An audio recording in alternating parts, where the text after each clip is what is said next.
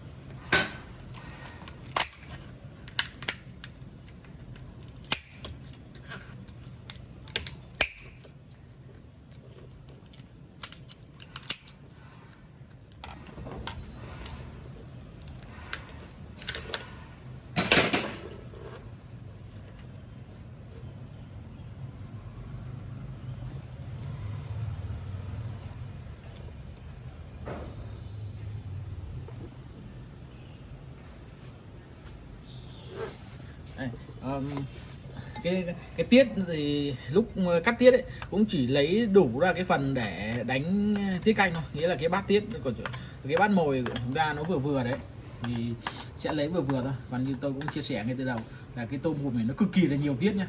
Đó.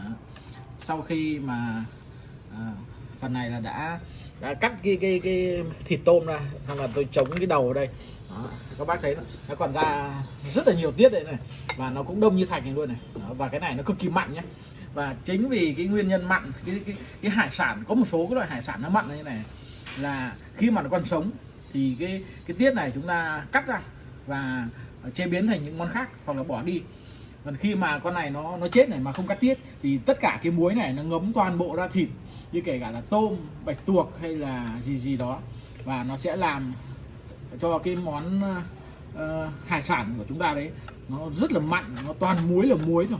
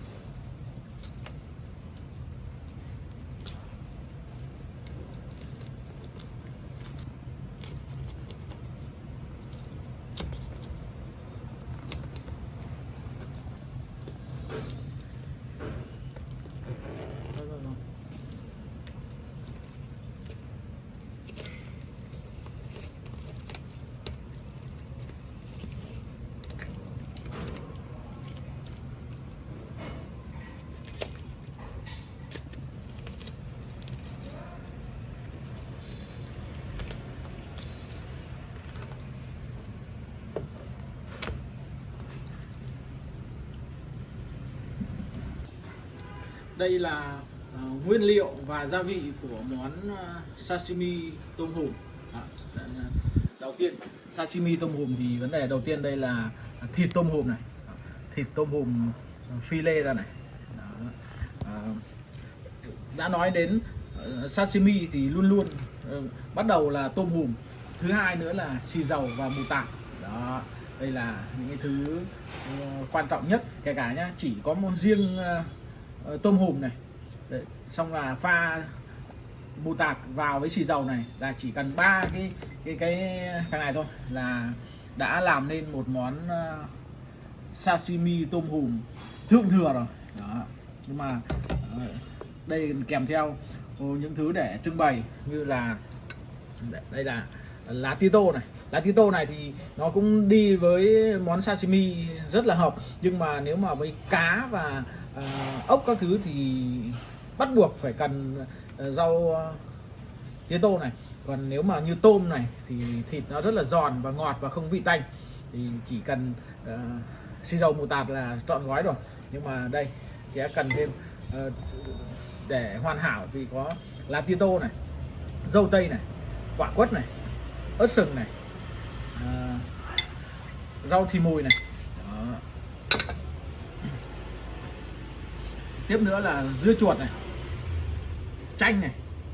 Ở bên này trình bày thì có đá này, đây là đá bào này, quả cam này. Đây là một chiếc đầu để làm màu. Nên là đây sẽ là toàn bộ nguyên liệu và gia vị để làm nên món sashimi tôm hùm khứ thiện.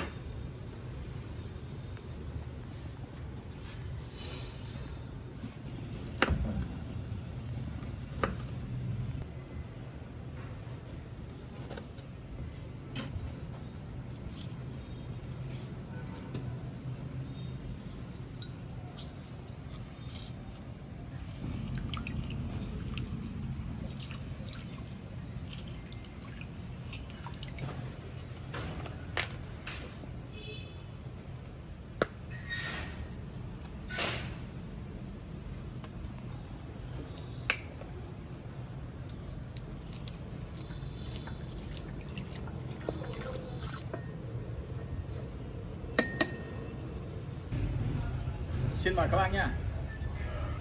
Mời các bác tôi thưởng thức món sashimi tôm.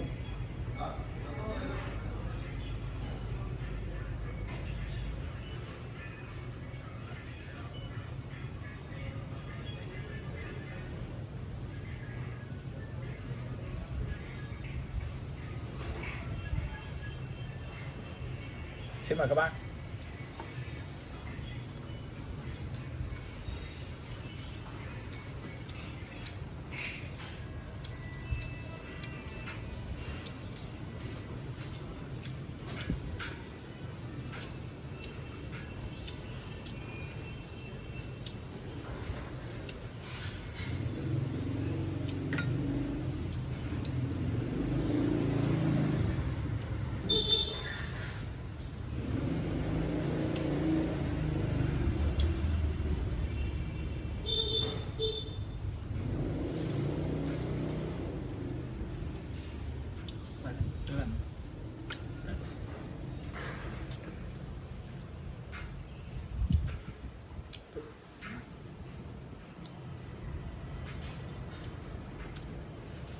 Xin mời các bác nha.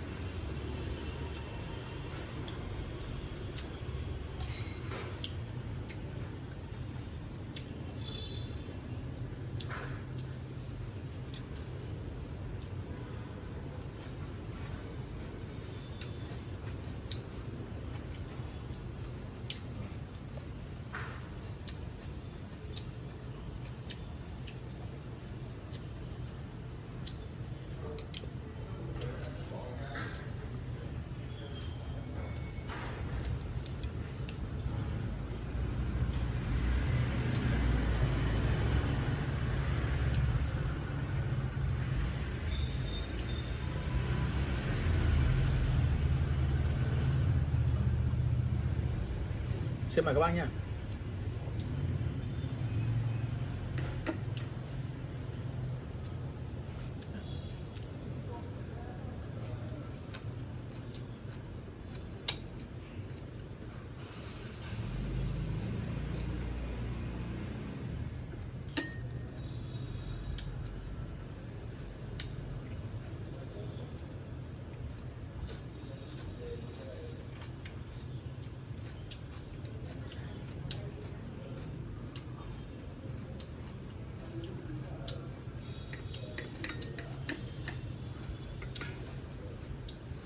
Xin mời các bạn.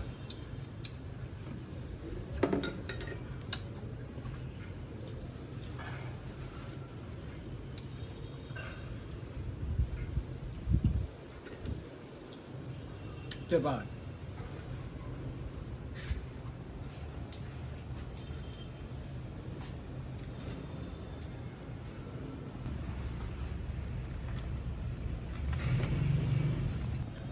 Đây là nguyên liệu và gia vị của món tôm hùm chiên giòn. Đó. Đây là thịt tôm hùm này, thịt tôm hùm đỏ này. Đó. Và trong cái món tôm hùm chiên giòn này thì cái bột này là quan trọng nhất này, bắt buộc phải có bột thì mới thành món tôm ngon. Đó. Còn gia vị để ăn cùng đây là sốt mayonnaise. Còn thêm đây là hạt tiêu này, nước mắm này, hạt nêm này, thủy chính này. Đó. Còn đây là cà chua để trưng bày.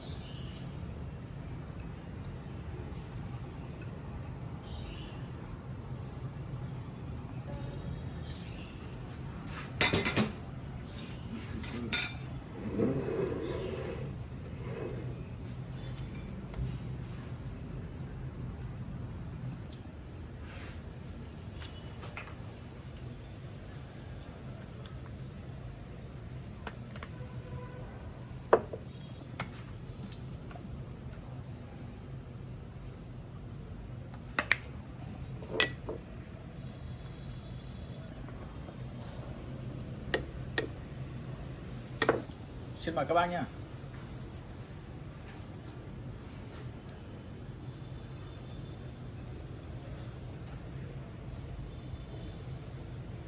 Xin mời các bác.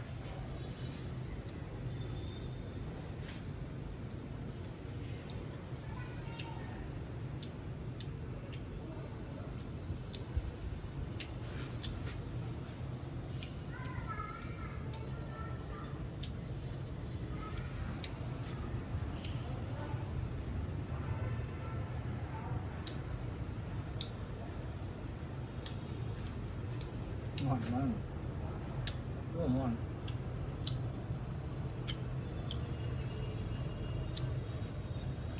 Xin mời các bạn.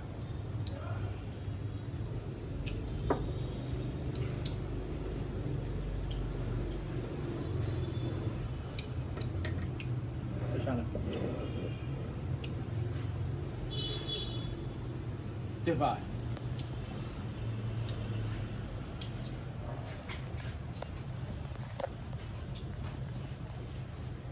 Từ từ.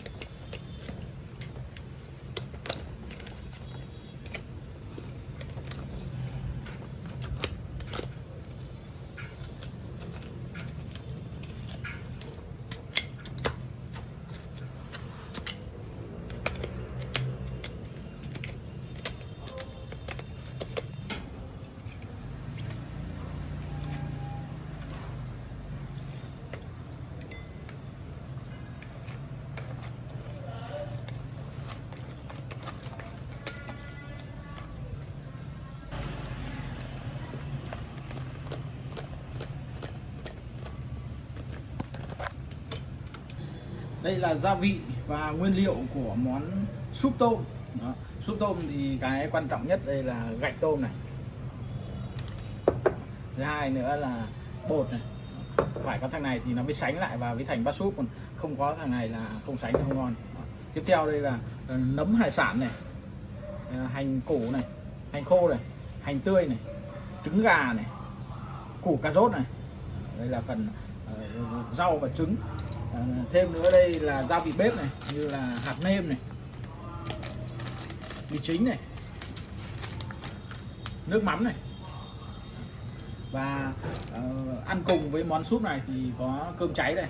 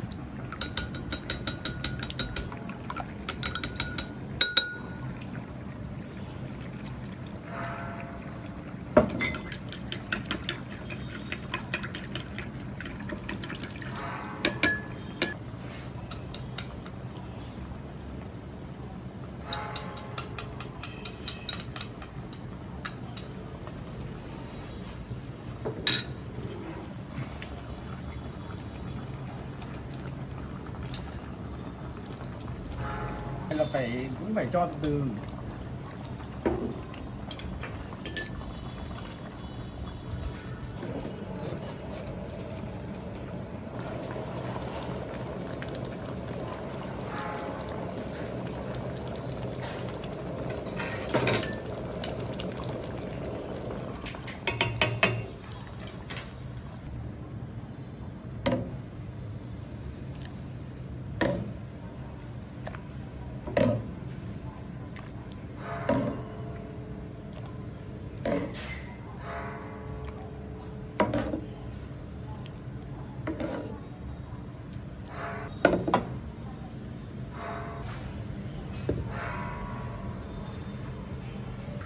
Xin mời các bác nhá. Mời các bác cùng thưởng thức món súp tôm hùm hảo hạng.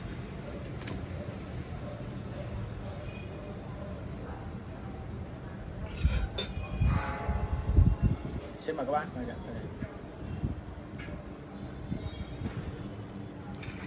Xin mời các bác nhá.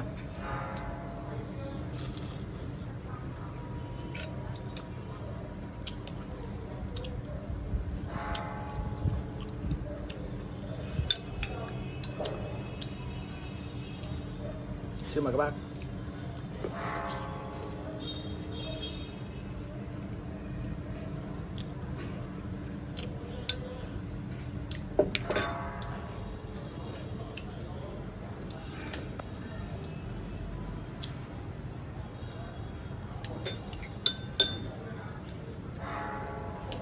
Mời các bác nha.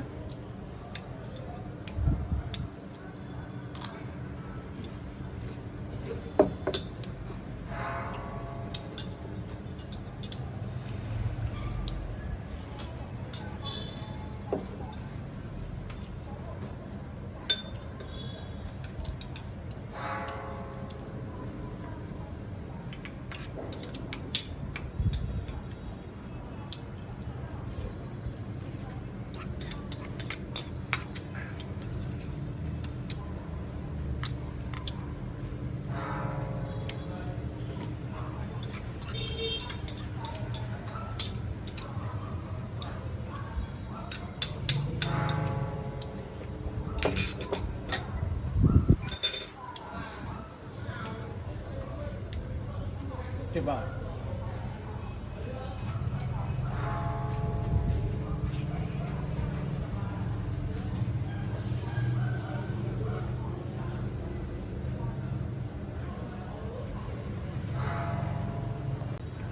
Xin mời các bác nhá.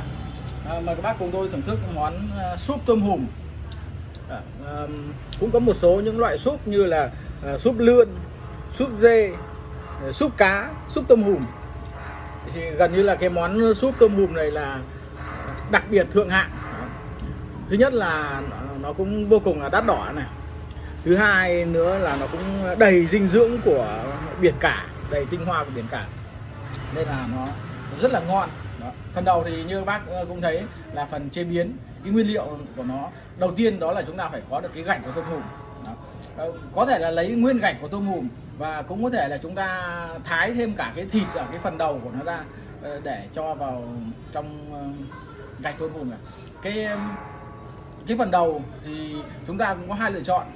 Có những nhà hàng mà có những đầu bếp thì là sẽ lấy dao và cắt ngang cái phần cổ của con tôm và lấy cái phần đuôi vào phần đầu nó rời ra, thì trong cái phần đầu nó sẽ còn được một cái số thịt khá là lớn. Nhưng cũng có những đầu bếp thì sẽ lấy con dao vẹt một đường và kéo cái con tôm ra thì cái thịt nó gần như ra hết, trong đầu nó chỉ còn gạch thôi, gạch và tiết thôi, chứ nó cũng không còn nhiều cái thịt nữa. Đó. Còn đến khi mà nấu thì gia vị nó cũng không có gì là lùng củng lắm, như là nấm hải sản này, cà rốt này, hành này, đó, cộng thêm trứng và bột và gia vị bếp như là nước mắm mì chính, hạt nêm là vừa. Đó. Nhưng mà nước mắm thì cho ít thôi. Trong cái gạch của tôm hùm này nó có rất nhiều tiết, và cái tiết của tôm hùm thì đặc biệt là mặn, nên là lấy cái vị mặn của tiết đấy là đủ, chứ cũng cho thêm rất là ít nước mắm thôi. Ít nước mắm và vừa hạt nêm là ra được món súp như này. Nấu gần xong thì cho bột vào khuấy đều đi là nó sẽ dẻo lại. Và bây giờ thì xin mời các bác cùng tôi thưởng thức cái món súp này nhé.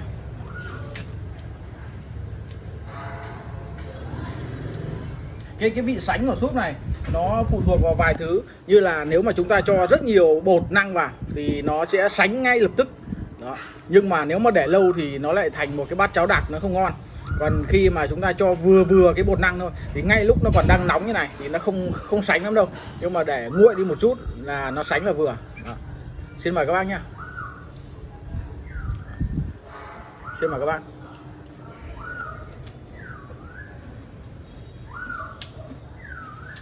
Và như hôm nay đây thì súp tôm hùm được thưởng thức cùng với lại cái cơm cháy. Nó cũng cùng trong cái tên là thịt dê cơm cháy đấy, nhưng mà hầu như các bác đi Ninh Bình thì ăn thịt dê rất là nhiều, nhưng chúng ta lại gọi là dê tái rồi là dê nướng hay là một số loại dê khác, chứ cũng rất là ít các thực khách để gọi món súp dê về Ninh Bình mà muốn thưởng thức cái thịt dê cơm cháy. Thì cái tên của món thịt dê cơm cháy đấy thì nó chính là cái thịt dê thái nhỏ ra và cũng nấu lên thành một cái súp như thế này, sau đó ăn với cái cơm cháy như này thì nó sẽ thành là thịt dê cơm cháy đó. Chứ như các bác là thấy Ninh Bình nổi tiếng về thịt dê cơm cháy nhưng chưa chắc đã ăn cái món súp dê của Ninh Bình như này. Một số nhà hàng có, một số nhà hàng không, và thực khách gọi thì cũng rất là ít. Rồi, xin mời các bác nha.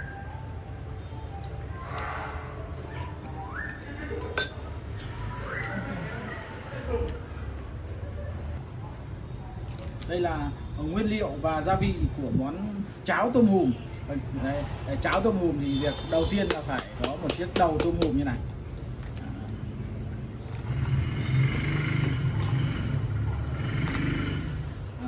Tiếp theo nói đến cháo tôm hùm thì có thêm đỗ xanh đã tách vỏ này. Ở đây là một bát cháo gạo, cả gạo nếp gạo tẻ đã ninh nhừ. Tiếp theo đây là hành khô này, hành tươi này, muối này, hạt nêm này, mì chính này, nước mắm. Đây là toàn bộ gia vị và nguyên liệu của món cháo tôm hùm.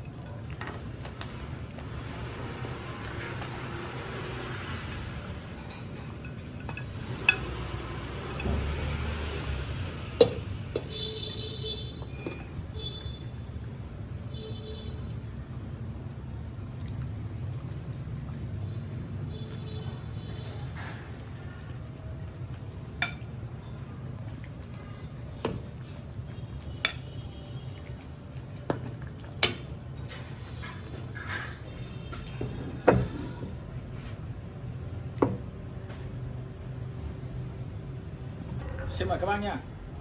Mời các bác thưởng thức cháo tôm hùm.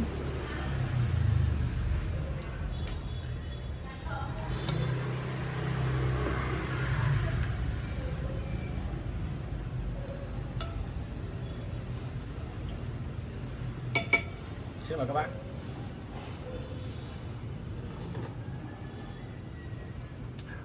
Ngon.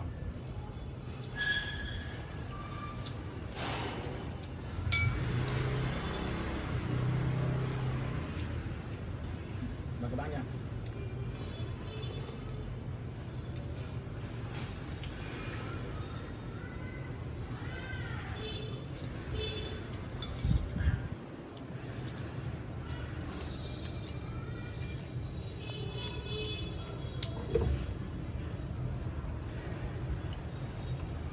Xin mời các bác.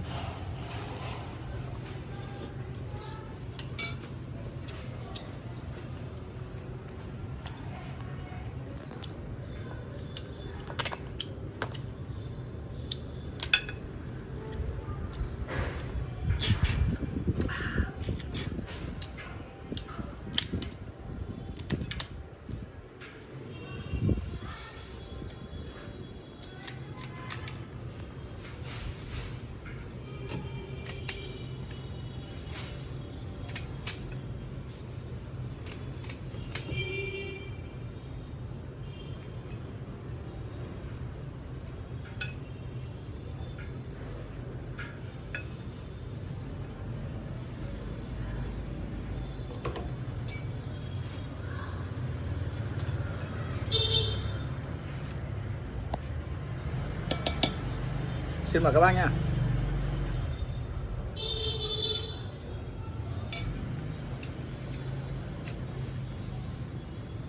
Tuyệt vời. Cái ăn đi đây.